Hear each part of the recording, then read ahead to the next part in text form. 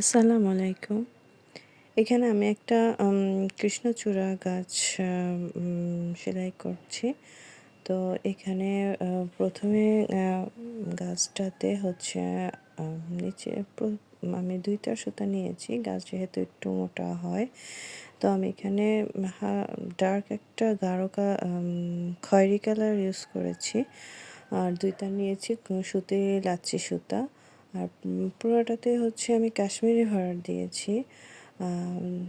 যদি আর যেহেতু বড় গাছ যদি অন্য কোনো স্টিচ দেওয়া হতো তাহলে একটু উঠে ফুলে, ফুলে থাকতো, ভেসে থাকতো কিংবা সুতাটা উঠে থাকতো। তাই আমি এখানে কাশ্মীরি ভরাট দিয়েছি। আর নিচের দিকে যেহেতু একটু জায়গাটা ছোট সেখানে হচ্ছে আমি আ শার্টিন স্টিচ দিচ্ছি।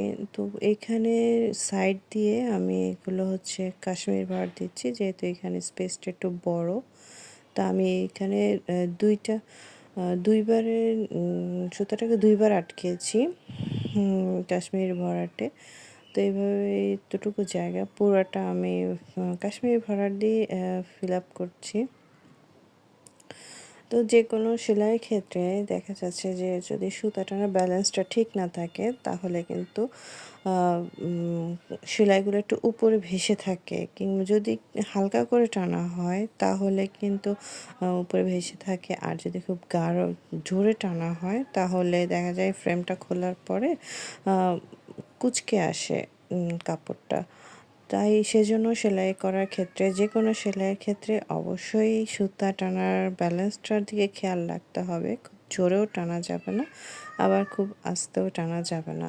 একটু সাবধানে কাজ করতে হবে তাহলে কাজের ফিনিশিং সুন্দর হবে। তো এইভাবে এভাবে আমার এই পাশটা সেলাই করে ফেললাম গাছের এই শিকড়ের দিকটা পুরোটা। এখানে পুরোটাই কাশ্মীরি ভরাট দিচ্ছি আমি।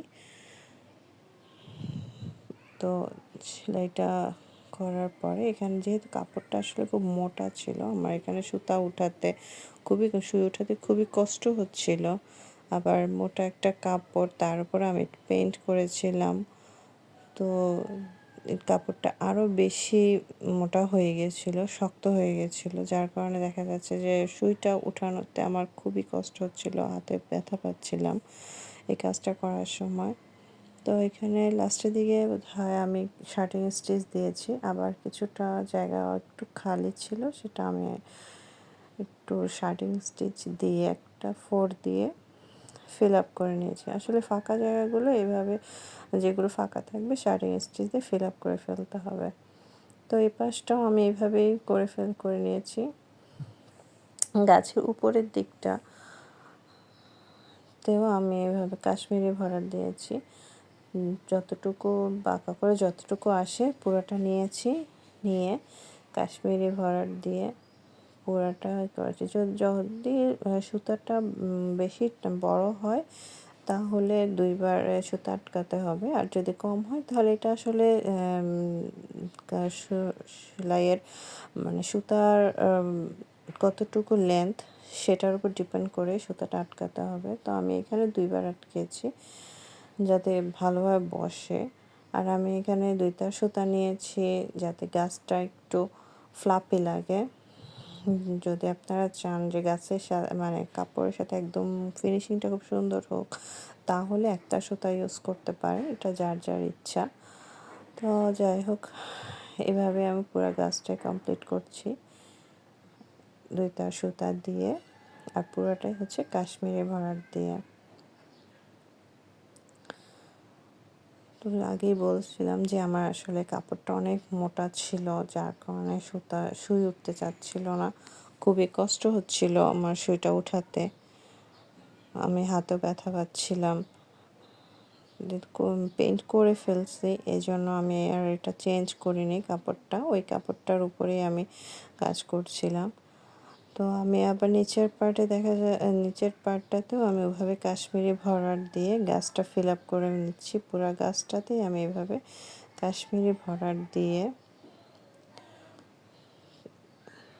কাজটা করব।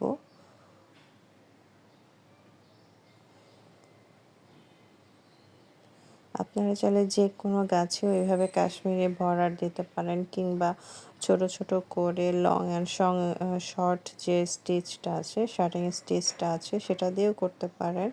আবার আসলে গাছের সেলাই অনেক রকম হয়, এক একজন এক এক রকমভাবে করে, যেভাবে যার যেটা ইচ্ছা।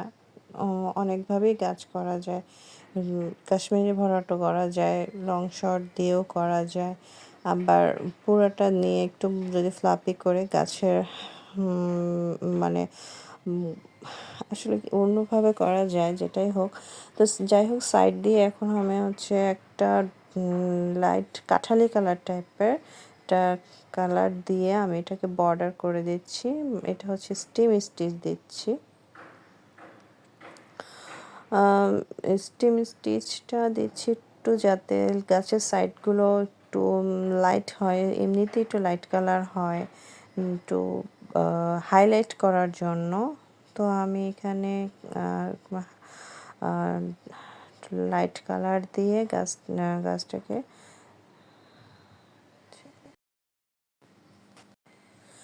স্টিম স্টিচ দিয়ে আমি পুরাটা গাছের চারপাশে এভাবে বর্ডার করে দিচ্ছি।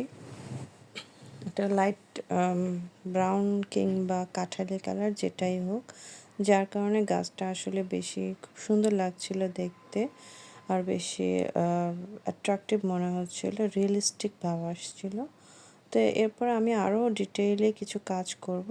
এটার পরে আমি ডিটেইলে আরও গাছের ভিতরে আরও কিছু কালার অ্যাড করব।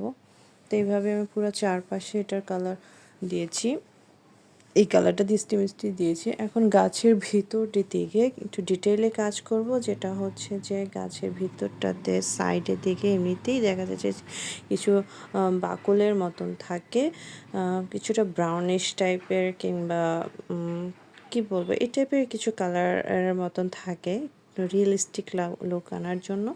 তো আমি ওখানেও একটু ব্রাউন কালারের ছোট বড় করে শার্টিং স্টিচ দিয়ে সাইডগুলো গাছের আর ভিতরের দিকে একটু দিয়ে দিচ্ছি সেলাই।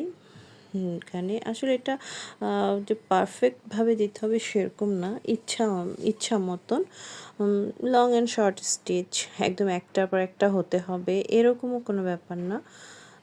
জাস্ট ইচ্ছা মনের মতন করে ইচ্ছা মতন দেওয়া যায়। জাস্ট সাইডগুলোতে একটু লাইট করে দেওয়া, মানে একটু ব্রাউনিশ করে দেওয়া কিংবা একটু হাইলাইট করা যেটাকে বলে, যে গাছ কিন্তু এরকমই হয়, সাইডগুলোতে এরকম একটু হাইলাইট করা থাকে, মানে মনে হয় যেন ওখানে একটু অন্য কালার পাকলের মতন আর কি। তো সেখানে আমি একটা ব্রাউন কালার ইউজ করেছি। তো এভাবে আমি কয়েকটা কালার দিয়ে গাছটা কমপ্লিট করেছি। যাই হোক, এখানে আসলে আপনারা চাইলে আরও কয়েকটা কালার ইউজ করতে পারেন। আমি এখানে ডার্ক খয়েরিটা ইউজ করেছি, আপনারা চাইলে পুরো গাছটাতেই ব্রাউন কালারটা ইউজ করতে পারতেন, অথবা ডার্ক ব্রাউন ইউজ করা যেত। এটা আসলে গাছের কালার কিংবা ইচ্ছা অনুযায়ী যে, কিন্তু একটা দিকে খেয়াল রাখতে হবে যে গাছ কিন্তু ব্রাউন, ডার্ক, লাইট এই টাইপের ভিতরে রাখলেই ভালো, কারণ গাছ এই টাইপেরই হয়। তো গাছের কালারগুলোর খেয়াল রাখতে হবে, তাহলেই হবে। তো আমি এইভাবে করে সাইড দিয়ে পুরোটাই কমপ্লিট করে নিয়েছি, একটু লং অ্যান্ড শর্ট দিয়ে ব্রাউন কালারের সুতা দিয়ে। আর আমি এখানে ব্রাউন কালারের সুতা নিয়েছিলাম 2 তার। এখানে আমি ব্রাউন কালারের যে সুতাটা নিয়েছি সেটা আমি লাচ্ছি সুতা নিইনি, সেটা হচ্ছে টেলরিং সুতা, যেটা সেলাই কাজে ব্যবহার করা হয়, সেই সুতাটা নিয়েছি 2 তার। ওখানেও মোটা করে দিলে দেখা যাচ্ছে খুব, মানে একেবারে গাছটা বেশি মোটা হয়ে যেত, ফুলে থাকতো। তো যেহেতু আমরা আগে লাচ্ছি সুতা 2 তার নিয়েছি, সেখানে অবশ্যই এখানে ভিতরে চিকন করে দিতে হবে সুতাটা।